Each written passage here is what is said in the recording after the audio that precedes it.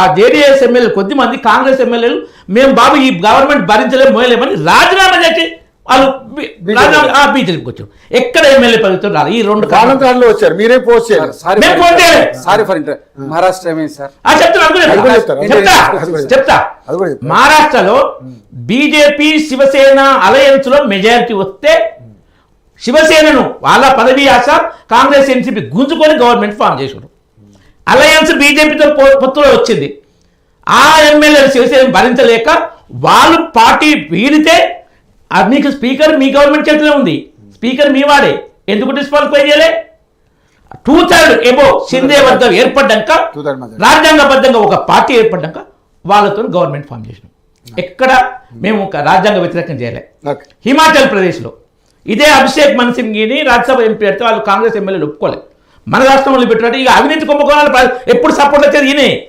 అప్పుడు ఇంతకుముందు ఆయన ఉండగా ఆయన వెళ్ళిపోయిండు, ఫేమస్ అడ్వకేట్ సుప్రీంకోర్టు కాదు ఎస్పీ సమాజ్వాదీ పార్టీకి వెళ్ళిపోయిండు ఆయన. కపిల్ సిబ్బల్ అయితే కపిల్ సిబ్బల్ లాంటి అభిషేక్ మను సింఘ్వి ఆయనను పెట్టాలంటే హిమాచల్ ప్రదేశ్ ఎమ్మెల్యే ఒప్పుకోలేదు. రాజ్యసభ ఎలక్షన్స్ లో క్రాస్ ఓటింగ్ చేసారు వాళ్ళు. బీజేపీకి రాలే. బీజేపీ క్యాండిడేట్ కు ఓటేస్తే అసెంబ్లీ స్పీకర్ డిస్క్వాలిఫై చేశాడు, చేయొచ్చు. బీజేపీ కేసు పెట్టిన దాని మీద వాళ్ళు కోర్టుకి వెళ్ళారు. ఏదో బీజేపీ తప్పుంది. మధ్యప్రదేశ్ది వీరు చెప్పారు కదా, దిగ్విజయ్ మన జ్యోతిరాదిత్య సింధియా యువరాజు మాధవరాజ్ సింధియా కొడుకును ఆయనను తొక్కేయాలని కమల్నాథ్ దిగ్విజయ్ సింగ్ కుట్రబన్ని ఫస్ట్ ఎలక్షన్స్ 2018 నినాదమైంది కాంగ్రెస్ది శివరాజ్ వర్సెస్ యువరాజ్ ఎవరు జ్యోతిరాజ్ సింధియా. ఆయన పేరు మీద మెజారిటీకి దగ్గరకు వచ్చి ఆయనను సీఎం కాకుండా చేసి వీళ్ళిద్దరు కూడా పలుకొని next MP elections Lok Sabha election ఆయనను కూడా ఓడగొట్టి రాజ్యసభ సీట్ అయితే ప్రియాంక గాంధీకి ఇస్తే నీకేమంటే నన్ను తొక్కేస్తుడని ఆయన వర్గం ఎమ్మెల్యేలతో రాజీనామా చేయించి ఆయన బీజేపీలోకి వచ్చారు. వాళ్ళు బీజేపీ పోటీ చేశారు. ఎక్కడ మహారాష్ట్రలో కానీ మధ్యప్రదేశ్లో కానీ కర్ణాటకలో కానీ గవర్నర్ ఆ ముఖ్యమంత్రులు తొలగించలే. వాళ్ళు మెజారిటీ కోల్పోయి వాళ్ళే రాజీనామా చేశారు. ఉత్తరాఖండ్ ఎగ్జాంపుల్ ఇంకా ఇంకా చాలా ఘోరం. ఉత్తరాఖండ్లో బడ్జెట్ పెడితే బడ్జెట్కు వాయిస్ ఓట్ల పాస్ దాన్ని చెప్పడం లేదు, పాస్ అయిందంటే 12 మంది కాంగ్రెస్ ఎమ్మెల్యేలు డిసిడెంట్ ఎమ్మెల్యేలు డివిజన్ డిమాండ్ చేశారు.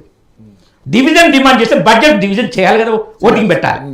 చేయకుండా బడ్జెట్ పాస్ అయిందని స్పీకర్ చెప్పి వీళ్ళు డిమాండ్ చేసిన డిస్క్వాలిఫై చేశారు. ఎంత ఘోరం! ఇదే అప్పుడు చీఫ్ జస్టిస్ సమర్థిస్తే లోక్సభలో తెలంగాణ గురించి చెప్తున్నా అన్నిటికీ మేము ఎక్కడా చేయలే. లోక్సభ కాంగ్రెస్ ఎంపీలు వాళ్ళని ప్రతిపక్షం లేకుండా చేయాలని మేము తీసుకున్నాం. కాంగ్రెస్ నుంచి ఎవరన్నా మేము తీసుకున్నాం. అప్పుడు జరిగిన కాబట్టి మీరు ఎవరిని కూడా ప్రజాస్వామ్యబద్ధంగానే మేము తీసుకున్నాం తప్ప అప్రజాస్వామికంగా అయితే మేము ఎక్కడా చేయలేదు అంటారు. ప్రజాస్వామ్యబద్ధంగా అప్పుడు అవసరం వస్తే 2/3 రాజ్యాంగబద్ధంగా తీసుకున్నాం. ఈ దుర్మార్గం బీజేపీ కూడా పోరాడుతుంది. ఏలటి మహేశ్వర గారు అందుకే ఉన్నారు. కాబట్టి మేము ప్రజాస్వామ్యం కోసం ఉంటాం. మేము రావణుతో మమ్మల్ని కలపొద్దు. మీరు చెప్పండి శ్రావణ్ గారు. సో ఇప్పుడు ఉన్నటువంటి సిచ్యువేషన్ ఓకే, ఇక్కడ రావణ పక్కన పెడితే ఇది ఆరోగ్యకరమైనటువంటి వాతావరణం కాదు. ఎందుకంటే ఇది ఒక ఎన్నిక ఏదైనా ఒక జరిపించాలంటే ఇప్పుడు ఏ సామాన్యుడు కూడా పోటీ చేసే పరిస్థితులు లేదు. పైగా ఎన్నికల కమిషన్ విషయంలో కూడా అంతా అవకతవకలు జరుగుతున్నాయి. ఎవరో వాళ్ళకు కూడా కరెక్ట్గా పనిచేయట్లేదు అనేది కూడా చాలా మంది ఇలాంటి విశ్లేషకులు మాట్లాడుతున్నారు. సో మరి ఎన్నికల కమిషనే రాంగ్లో వెళ్తుంటే ఇవన్నీ ఎలా జరుగుతాయి అనేది కూడా ఒక క్వశ్చన్. సరే ఇప్పుడు ఈ మన ఉల్లంఘనలు గిల్లంఘనలు ఇవన్నీ కామన్గా జరుగుతున్నాయి, ప్రతిసారి జరుగుతున్నాయని. కానీ నిజంగానే దానం నాగేంద్ర గారి విషయంలో కంపల్సరీ రాజ్యాంగబద్ధంగా జరగాలి, ఇది మంచి పద్ధతి కాదు అని చెప్పేసి అందరూ డిమాండ్ చేస్తున్నారు. మీరేమంటారు ఫైనల్గా? ఖచ్చితంగా అందరూ చెప్పేది కూడా అదే. నేనేమంటున్నానంటే మొదటి నుంచి కూడా ఏదైతే సూపర్ పవర్గా వ్యవస్థలుగా క్రియేట్ చేయబడినటువంటి ఎన్నికల కమిషన్ కానీ స్పీకర్ కానీ గవర్నర్ వ్యవస్థ కానీ ఇవి దురదృష్టవశాత్తు వీళ్ళందరూ కూడా మళ్ళీ ఆ రాజకీయ నాయకుల చేతుల్లో నియమించాల్సినటువంటి పరిస్థితులు ఉన్నాయి. ముందు ఆ విధానాన్ని మార్చాలి. కొంచెం మార్పు జరిగే అవకాశం ఉంది. ఎందుకంటే ఈ స్పీకర్ ఇప్పుడు ఎవరండి? ఆ రాజకీయ పార్టీలో ఒక పార్ట్ ఆఫ్ ఎమ్మెల్యే. ఖచ్చితంగా వాళ్ళ ప్రయోజనాలు కాపాడతారు. ఏ పార్టీ అయినా సరే కాపాడతారు, definitely. ఇక్కడ నిన్నటి బీఆర్ఎస్ అయినా అంతకుముందు ఇంకో పార్టీ అయినా ఖచ్చితంగా గవర్నర్లు కూడా ఎవరండి వచ్చినటువంటి ఈ దేశంలో ఉన్నట్టు ఈ రాష్ట్రాలలో బహుశా నాకు తెలిసినంత వరకు ఒక 150-180 మంది దాకా రకరకాల సందర్భంలో గవర్నర్గా నామినేట్ అయ్యారు. వీళ్ళంతా ఎవరండి? ఒకప్పుడు ఎమ్మెల్యేలుగా ఎంపీగా చేసిన రాజకీయ పార్టీకి స్నేహపూర్వకంగా సర్వీస్ చేసిన వాళ్ళు, స్నేహపూర్వకంగా రాజకీయ పార్టీ అనుబంధ సంస్థల్లో ఉన్న వాళ్ళు ఒకటోవారు వాళ్ళు. ఈ వ్యవస్థ అట్లా మారాలి. ఎన్నికల కమిషన్ ఇంచుమించు కూడా అది కూడా అలాగే ఉంది. ఒత్తిడికి గురవుతాయి, అర్ధరాత్రి రాజీనామా చేసే సంఘటనలు కూడా చూసాం. ఇది స్వతంత్రంగా పనిచేయాలి. వీళ్ళ నియామకాలు కూడా స్వతంత్రంగా జరిగే వ్యవస్థలకు వచ్చినప్పుడే కొంచెం కాస్త ఈ మార్పు కనిపిస్తుంది, మనం ఆశిస్తున్న మార్పు కనిపిస్తుంది. అదే స్పీకర్ మీరు అన్నట్టు సుమోటగా దానం నాగిందకి చర్యలు తీసుకుంటే ఎంత బాగుండేది. కానీ అది తీసుకున్న మరుక్షణంలో ఆ పోస్ట్ ఉంటుంది ఆయనది స్పీకర్గా ఉండగా. ఆయన భవిష్యత్తు ప్రశ్నార్థకంగా మారుతున్న ఉద్దేశంతోనే ఇదంతా జరిగేది. ఉంటుందా? ఉండాలి, కానీ లేదు అలా ఉండాలని ఆశించాలి తప్పించి ఆరాటపడాలి తప్పించి దానం నాగేందర్ లాంటి సీనియర్ పొలిటీషియన్ ఎందుకు భయపడాల్సిన అవసరం ఉంది? ఎందుకంటే ఒకవేళ నిజంగా నేను రాజీనామా చేసి మళ్ళీ అక్కడి నుంచి నిలబడితే ఏంటి ప్రాబ్లం? ఫస్ట్ ఒకటి రాజ్యాంగబద్ధంగా జరిగిన ఎన్నికల ద్వారా ఒక పార్టీలో గుర్తులు గెలిచి వాళ్ళు ఇంకొక పార్టీలోకి మారడం, అది రాజ్యాంగం ముసుగులో ఏదైతే వన్బైతాడు వాళ్ళకు వాళ్ళు వచ్చారు, మీ రాజీనామా చేసాం ఏమంటారు కదా, తప్పు చేసినాక మీ యజ్ఞం చేసిన పాపం పోయిందంట కాదు. మళ్ళీ ఎన్నికల్లో పోటీ చేసినా కూడా ఒక పార్టీ మీద గెలిచి ఆ విధానాన్ని మార్చాలి. ముందు దానివల్ల ప్రభావితమైనటువంటి ప్రభుత్వం అంటే ప్రభుత్వం పడిపోతుందా, ప్రభుత్వం పడేస్తానిక, ఏదో ఒకటైతే జరుగుతుంది ప్రభుత్వం నిలబడటానికి. ఈ విధానాన్ని మార్చాలి. కానీ మరి రాజకీయ నాయకులు ఇవి మార్చాలంటే రాజకీయ నాయకులే చట్టం చేయాలి. మళ్ళీ ఈ చట్టాలు ఈ రూల్స్ పెట్టాలంటే మళ్ళీ ఆ రాజకీయ నాయకులే. మనం చూస్తూనే ఉన్నాం ఈ ప్రియరాముల చట్టం ఎన్ని రకాలుగా ఒత్తిడి గురై రకరకాల మార్పులు. చివరికి 85లో అనుకోవడం మొదటిసారి చట్టం అయిన తర్వాత 2005 అనుకుంటా మళ్ళీ ఒకసారి రివిజన్ అయ్యి 2003-05లో మళ్ళీ ప్రియరాముల చట్టం మార్చి వచ్చినా కూడా ఇంకా లొసగులు ఉన్నాయి. వీటందరికీ బుద్ధి చెప్పాల్సింది ఎవరంటే చట్టం చెప్పలేకపోయినా రాజ్యాంగం చెప్పలేకపోయినా మళ్ళీ చివరికి ఎన్నికలు ఓటేసేటువంటి ప్రజలు చెప్పాలి. ప్రజలు మాత్రం వాళ్ళ ప్రయోజనాల దృష్ట్యా వ్యక్తిగతంగా ఆలోచించుకుంటున్నారు. నాకేంటి వాళ్ళు ఏమైనా కానివ్వండి. ఈ విధానం మారితే కొంచెం మారుతుంది. కానీ పార్టీ మారగానే మళ్ళీ ఆయన గెలిపించిన దాఖలాలు ఉన్నాయి. వాడు ఏ పార్టీ అయినా సరే దాఖలా జైలుకి వెళ్ళి ఉరిశిక్షపడినటువంటి అఫ్జల్ గురుకు కూడా ఫ్యాన్స్ ఉన్నటువంటి ఈ దేశంలో మంచి పాయింట్. ఈ దేశంలో అందరి రాజకీయ రేవంత్ రెడ్డి ఒకసారి వెళ్ళిన ఆయన వచ్చిన విధానం కానీ ఇంకో నాయకుడు వెళ్ళిన వచ్చిన విధానం కానీ ఇవరిసరు అఫ్జల్ గురు ఆయన ఉరిశిక్ష పడేటువంటి శవానికి కూడా వీళ్ళు ఊరేగింపులు చేసినటువంటి ప్రజాస్వామ్యం.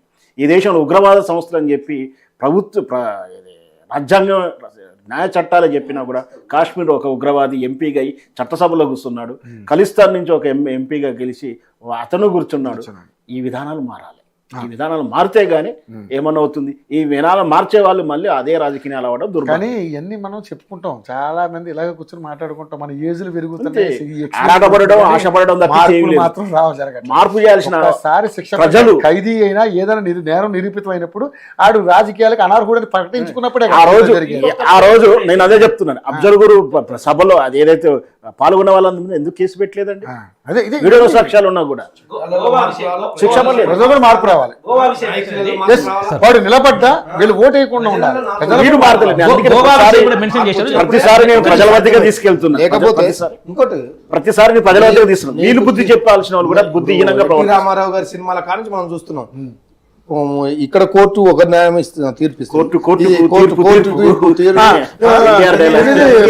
డైలాగు సుప్రీం కోర్టుకు పోతాలకే ఇవన్నీ మాఫీ అవుతాయి. ఇవన్నీ తీరిపోతే అక్కడ న్యాయ వ్యవస్థలు చేస్తున్న తప్పులు కూడా దాంట్లో ఉన్న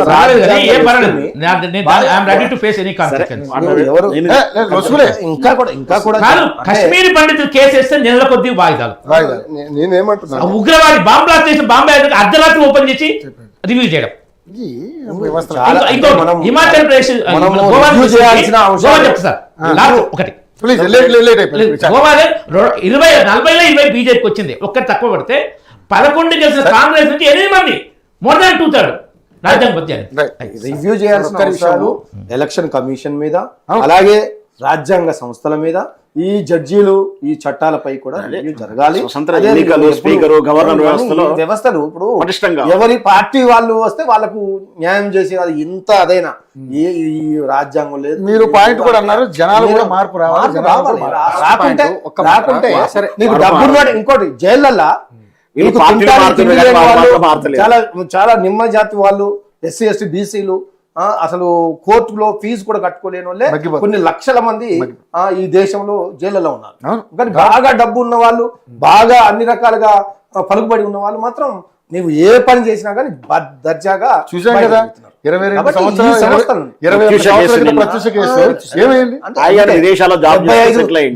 సంవత్సరాల స్వాతంత్ర భారతంలో మన బతుకులు ఎట్లా ఉన్నాయంటే అంతే ఉన్నాయి. అయ్యో ఎవరికి వచ్చింది స్వాతంత్రం, ఎవరికి రాలేదు, ఎవరు ఎందుకు ఇన్ని బాధలు పడుతున్నారు అనేది అది ఆ చర్చ రావాల్సిందే. ఈ దేశంలో ఒక సమగ్రమైన వాతావరణం కలగాలి అంటే అందరిలో మార్పు ఓటరు దీని మీద మనం ఈ వ్యవస్థల మార్పు మీద మాట్లాడినాం కాబట్టి దాని మీద ఒకటే సెకండ్ చెప్పేది, ఖచ్చితంగా ప్రజల లోపల మార్పు వచ్చేంత వరకు ఏ వ్యవస్థల మార్పు మారదు. ఎందుకంటే యథా రాజా తదా ప్రజ అని ఇంతకుముందు వాక్యం, ఇప్పుడు యథా ప్రజ తదా రాజా. ప్రజలు ఇవాళ ఏం కోరుకుంటున్నారో అలాంటి నాయకులే వస్తున్నారు. ఎంత పెద్ద కారు ఉంది, ఎంత డబ్బులు ఉన్నాయి, మనకి ఈ అంశాల మీద తప్ప మీరు వచ్చినప్పుడు సేవాభావం కలిగినటువంటి నాయకులు ఎవరు కూడా ప్రజాక్షేత్రంలో ఉండరు. కేవలం వ్యాపారస్తులు, కాంట్రాక్టర్లు, ఎవరైనా కానివ్వండి, ఎవరైనా కానివ్వండి. ఒకటి అలా ఎగ్జాంపుల్స్ దొరుకుతున్నాయి ఇప్పుడు, ఇంకా 4 రోజులు ఎగ్జాంపుల్స్ దొరకవు. Thank you sir, thank you so much Srinivas గారు అండ్ శ్రవణ్ కుమార్ గారు అండ్ బొమ్మ రామూర్తి గారు అండ్ రామిరెడ్డి గారు, అందరికీ ధన్యవాదాలు. మరొక డిబేట్లో మళ్ళీ కలుసుకుందాం. Keep watching AITV channel.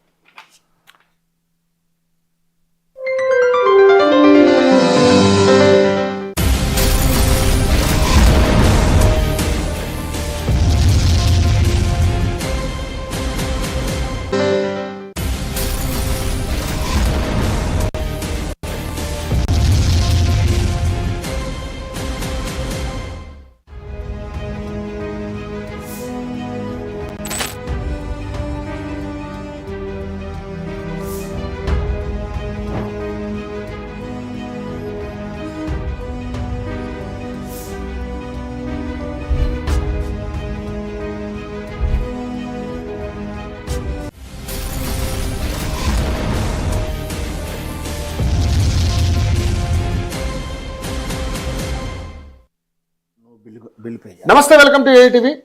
The డిబేట్కి స్వాగతం, సుస్వాగతం. నేను మీరు తెలంగాణ రాష్ట్రంలో ఏదైతే కాంగ్రెస్ పార్టీ అధికారంలోకి వచ్చిన తర్వాత బీఆర్ఎస్ ఎమ్మెల్యేలని ఒక 10 మందిని కాంగ్రెస్ పార్టీలోకి